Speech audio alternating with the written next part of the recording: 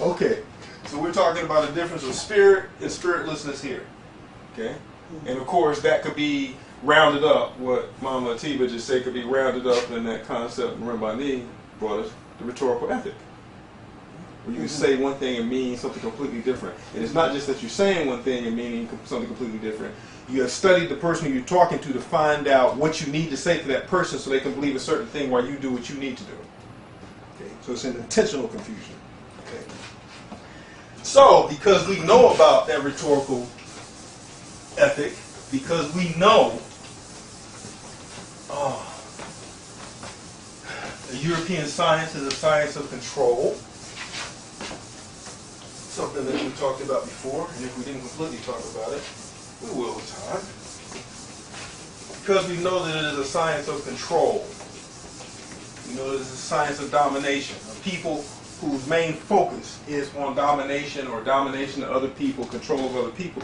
Their science finds ways for them to do that. That becomes the purpose of your science. Science are questions that your people ask in order to do whatever it is they want to do better. And Europeans want to control better. They want to dominate better. So would you say that African science is more a science of understanding? It's more a science that is an understanding of how the universe naturally works. Understanding of order. Understanding of order. Okay. And the reason why it is a science of order is because Africans don't want to play the concept of being God. They understand that the creation is a function of the Creator. And they know that their order, their being correct, is based upon the order of the universe which is established, which is greater than them. So what they have done, essentially, we have done, essentially, is to look into the universe, look into nature, look at things the way they are, things that are greater than us, to locate an order that can tell us how we're supposed to behave and think. It's not like I'm saying that's a disorder. I know it's best because I'm an individual, and then I'm going to create theories and a science that explains it in terms of the way I am, and that will be science. That will be the order. Okay? So you have a universally based order or a people-based order versus an individual-based order. And people say, well, how do you end up with a society? Well, you have a group of people who have come together under what has been called a social contract. And these people have agreed to be their individual selves under an umbrella that dominates other people. So they will be protected in their exploitation of other people. That doesn't mean that they all love each other. That just means that we've agreed to all keep together to do this so that we can continue to do what we want to do as individuals and no one can interfere with that. Okay, so yes, it is a search for order. It is a continuous search for order, continuous search for harmony, continuous search for balance.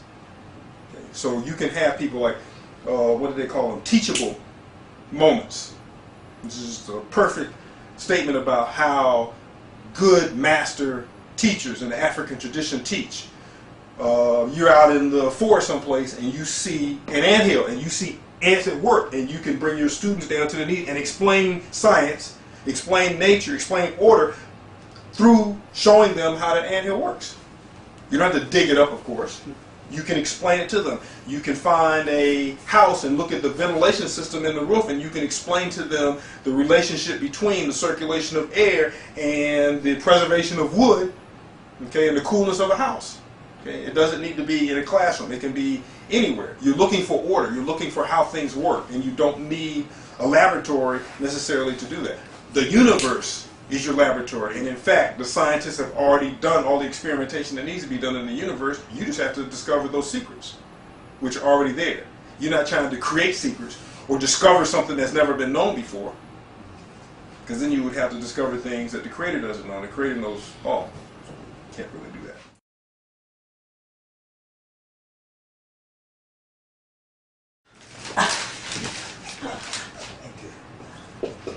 Zero sum, or the zero sum game, a lot of people call it zero sum game, is one of these theories.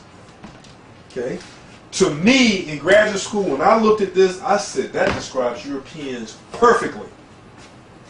I said, this is a tool to help students understand Europeans. Zero sum game, what economic game theory is that you will set up certain economic or political situations, and you put characters a certain amount of power relative to each other, blah, blah, blah, and you logically figure out what's going to be the outcome, and then they say that's what's going to happen in society. The logic would be something like if everybody was fighting over these scarce resources, you had a guy who was powerful and you had two guys who were less powerful, but both of them together were more powerful than him, then economic game theory would say that these two guys could overcome this guy and split their power between them two, or if one of them decided to join with the big guy, then these two would overpower him, and then the big guy would take both of their resources because now he got rid of him, or if this guy tried to attack both of them, then they would beat him up and take all their resources, take his resources and split them up between them. That's like, that type of game theory. The zero-sum game has three very, very, very, very, very, very important assumptions. These are European characteristics. Number one, these are all assumed to be true no matter what. Resources are what? Scarce. Scarce. What's number two? People are, and most people remember this one more than anyone. Really. Most people remember this because they know Europeans. People are naturally greedy. Now they haven't gotten to the evil part yet. But it's implied in this. It's implied in naturally greedy. And it's implied in this third one that people will fight over the scarce resources.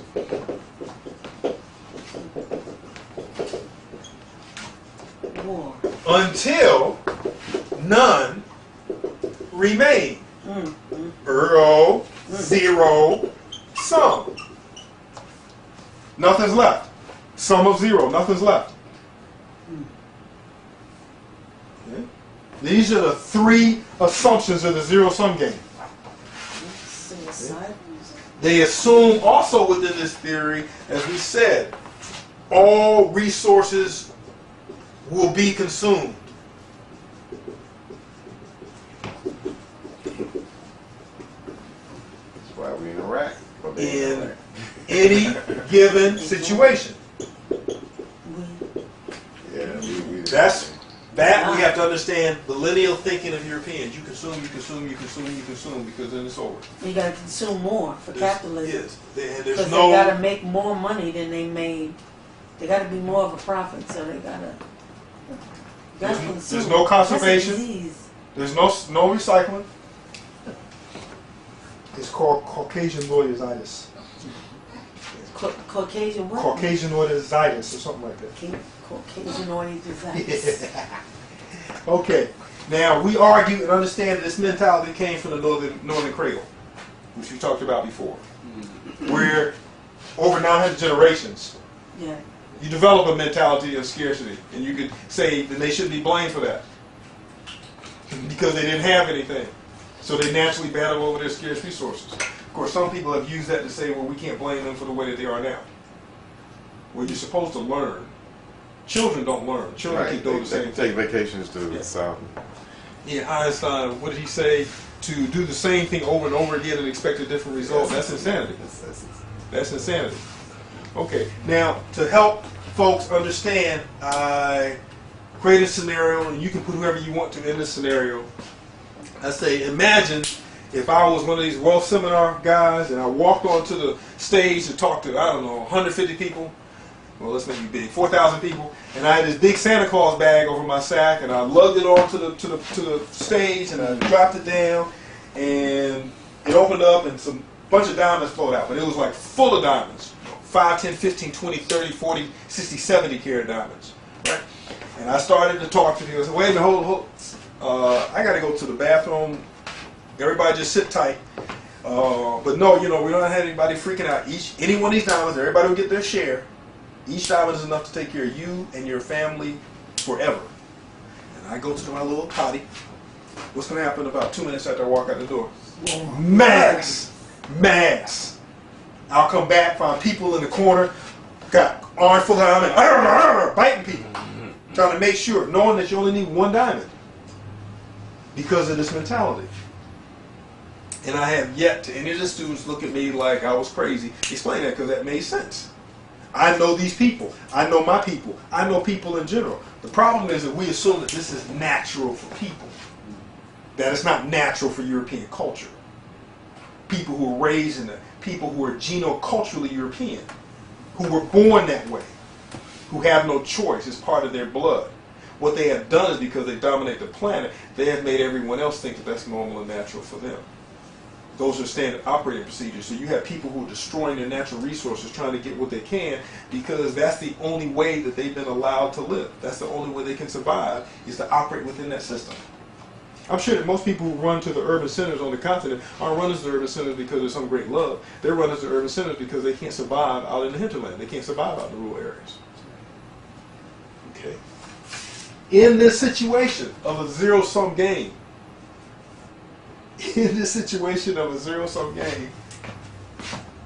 there can be no honest trust between people.